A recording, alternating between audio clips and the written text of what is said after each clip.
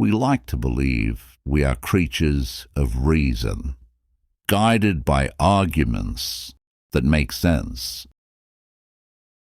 But what does it actually mean to persuade through logic? What does it mean to speak to the mind rather than to the emotions or to trust? This is the territory of logos, the appeal to reason. Logos refers to the use of logic, evidence, and rational structure in argument. It is the domain of facts, statistics, definitions, and demonstrations. When someone appeals to logos, they are not trying to stir your emotions or lean on their credibility. They are asking you to follow the thread of reasoning, to see the connections, to arrive at the conclusion because it makes sense. Logos is the clean and relentless consistency of argumentation, embodying the geometry of thought. In practice, logos takes many forms. It can be a syllogism. All humans are mortal. Socrates is human. Therefore, Socrates is mortal. It can be a causal argument, showing that one event necessarily leads to another. It can involve examples, analogies, or the careful use of data. What matters is that the structure of the claim matches the structure of reality, or at least appears to.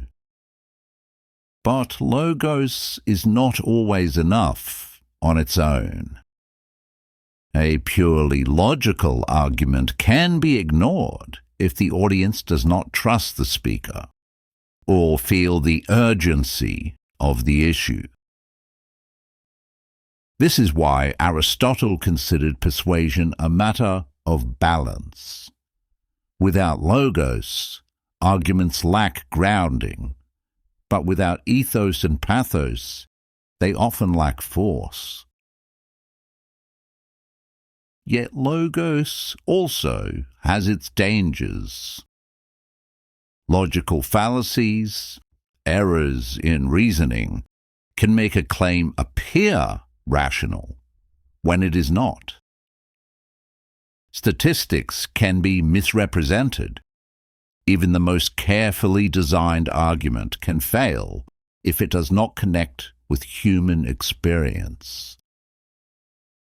Reason is essential, but it is never the whole story. And reason often neglects to remember this crucial fact. Still, logos remains the anchor of rhetoric. It appeals to the part of us that longs for coherence, that wants to believe we are guided by reason.